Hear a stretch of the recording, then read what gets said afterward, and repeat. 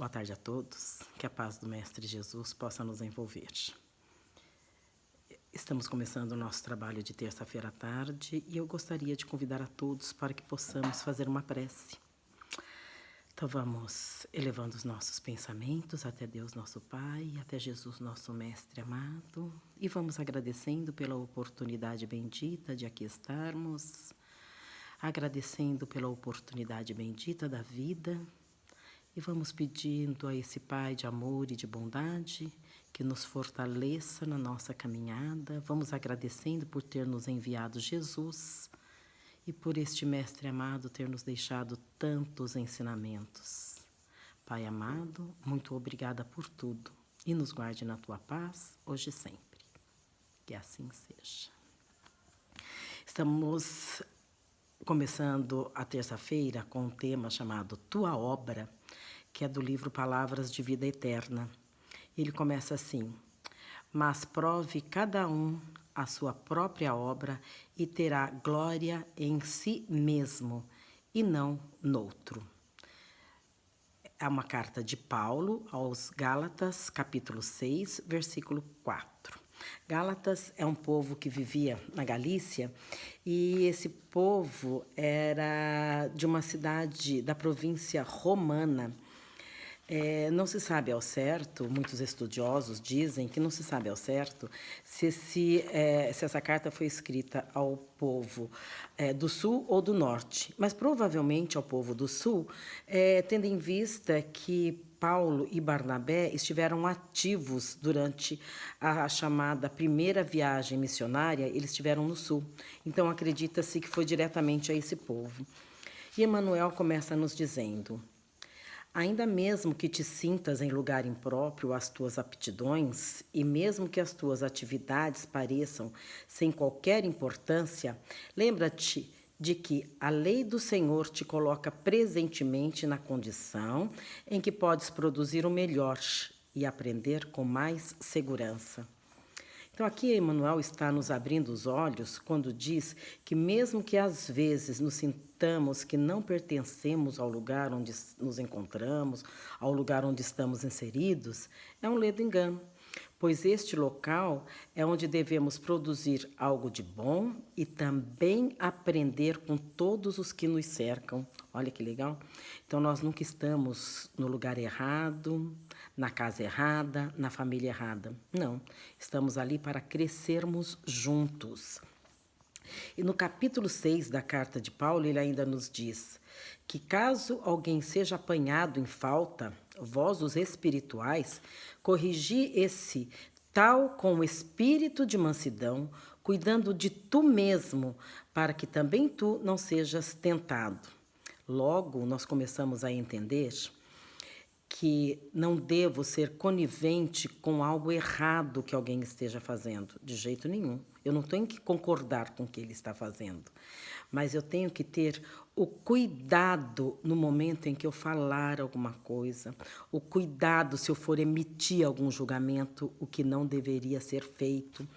Então, nós devemos cuidar do outro, mesmo que não concordemos com determinada decisão que ele esteja tomando.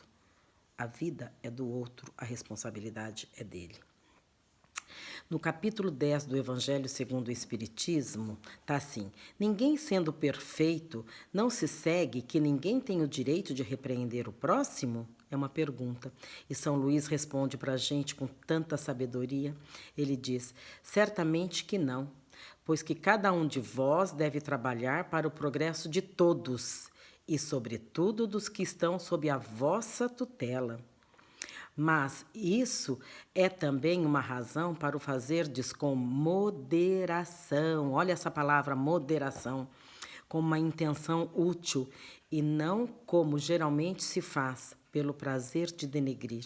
Porque às vezes nós vemos o outro fazendo alguma coisa que ao nosso ver não é certo e nós já vamos acusando, apontando o dedo para ele. Não, temos que ter paciência, temos que colocar amor em tudo aquilo que nós fazemos, em tudo aquilo que nós falamos. Realmente não é fácil, porque espíritos imperfeitos que ainda somos, nós ainda cuidamos da vida do outro ao invés de olharmos muito para dentro de nós. Talvez esse recolhimento que estamos sendo obrigados a fazer seja justamente para que a gente compreenda isso. Temos que compreender o outro, temos que ver o outro com olhos de amor e de bondade, temos que enaltecer o que o outro, as qualidades boas do outro, e não estar vendo só o lado negativo, não é?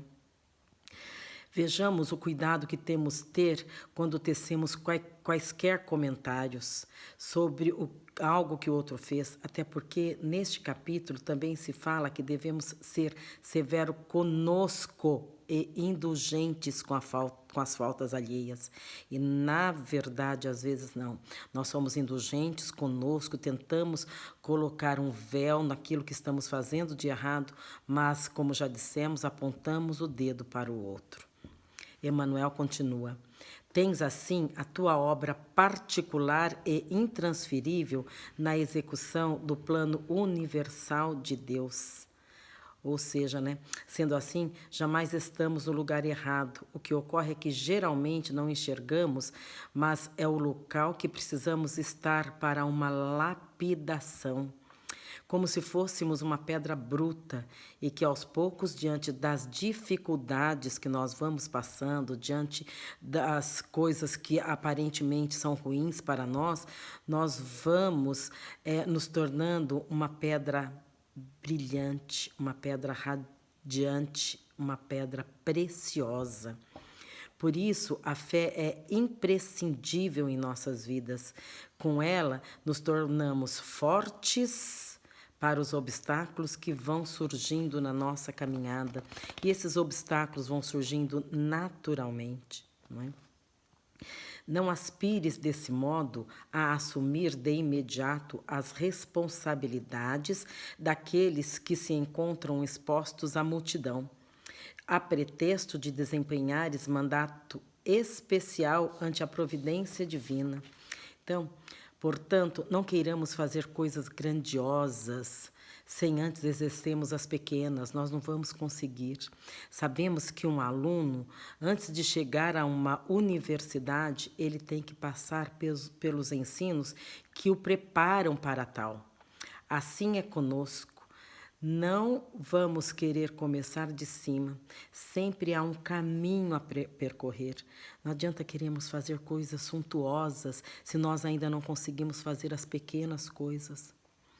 Então, precisamos, primeiro de tudo, trabalharmos em nós as nossas mazelas, as nossas dificuldades, e em seguida nós vamos estendendo isso principalmente a todos aqueles que nos cercam, principalmente, né?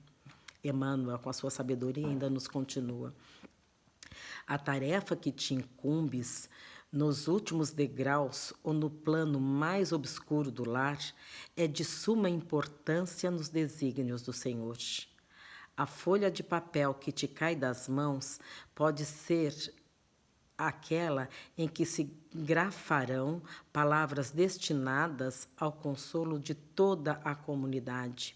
E o menino que te obriga, apesar das noites de insônia, pode trazer consigo o trabalho de auxílio providencial a um povo inteiro. A fonte que proteges, em muitas ocasiões, será o alimento para milhares de criaturas, e a árvore que plantas dar-te-á, talvez amanhã, o remédio de que precises. Então, aí nós observamos que o lar é a nossa primeira escola. É ali que temos o primeiro contato com o amor, com o respeito. É dali que aplicamos lá fora, conosco e com toda a sociedade que vivemos. É no lar que nós desenvolvemos as nossas habilidades amorosas. É no lar que somos educados e que educamos, e não terceirizando a outros tal tarefa. No livro Esperança, Chico Xavier, através do Espírito de Emmanuel, nos diz: fora do lar É possível sossego na consciência, mas é no reduto doméstico, por trás das paredes que nos isolam do aplauso público, que a providência divina experimenta a madureza mental ou o proveito dos bons conselhos que ministramos. Ora, é no lar que mostramos quem realmente somos. É no lar que aprendemos e devemos colocar em prática, principalmente quando nós temos um aprendizado evangélico, principalmente quando nós já conhecemos os ensinos de Jesus. Aí sim que nós temos que colocar em prática, dando o nosso exemplo, pois os que estão ao nosso redor vão nos seguir através deste exemplo. Atribui-se a Confúcio essa frase: a palavra convence, mas o exemplo arrasta, principalmente aqueles menores, aqueles pequenos que estão sob a nossa tutela. Eles vão observar o que nós estamos fazendo e eles vão seguir os nossos caminhos, eles vão seguir os nossos passos. Por isso, temos que ter muito cuidado da forma como falamos, da forma como agimos. Se eu falo uma coisa, eu tenho que fazer aquilo que eu estou falando, porque aquilo que eu estou falando, a minha ação é um exemplo. Emmanuel continua: tua obra de hoje é o serviço que o Senhor te deu hoje a realizar. Faze-o do melhor modo, recordando que, apesar da grandeza divina do nosso divino mestre, foi ele, um dia na terra, humilde criança, constituindo obra de abnegação e de amor para os braços de pobre mãe, recolhida temporariamente à estribaria, sem conforto e sem lar. E aí nós concluímos que o nosso serviço atual é a melhor obra que temos a desempenhar. No local onde nós estamos inseridos, onde nós fomos colocados e temos o dever de exercê-lo da melhor maneira que pudermos, pois foi essa a tarefa que o Pai nos confiou. Essa era a lição do dia de hoje e que possamos refletir, principalmente nos dias de hoje, em que muita gente se diz que está confinado. Eu entendo que nós estamos recolhidos para que nós possamos analisar os nossos atos, refletir nas nossas ações e, quem sabe, Mestre amado Jesus, nos auxiliando para que a gente consiga colocar em prática estes ensinamentos. Então, que a paz do Mestre Jesus possa estar com todos vocês. E para encerrar, vamos fazendo a nossa prece, pedindo a Deus, nosso Pai, pedindo a Jesus, nosso Mestre, que nos auxilie, que nos oriente. E assim, Pai querido, mais uma vez, com os pensamentos elevados até vós, nós vamos pedindo que neste instante envolva o nosso planeta, envolva o nosso Brasil, envolva a nossa cidade.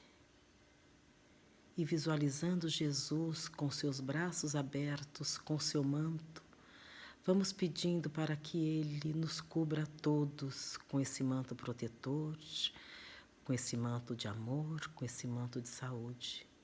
Mas que a saúde chegue para nós primeiramente, Senhor, no nosso espírito, em nós enquanto espírito, e em seguida no nosso corpo físico, para que possamos cuidar melhor desse planeta bendito, para que possamos fiscalizar melhores as nossas ações. Obrigada, Senhor querido, obrigado, Mestre amado, e que Maria, nossa Mãe Santíssima, nos envolva a todos com o teu amor. Que assim seja. Graças a Deus, graças a Jesus, e graças à Virgem Maria, Mãe de Jesus.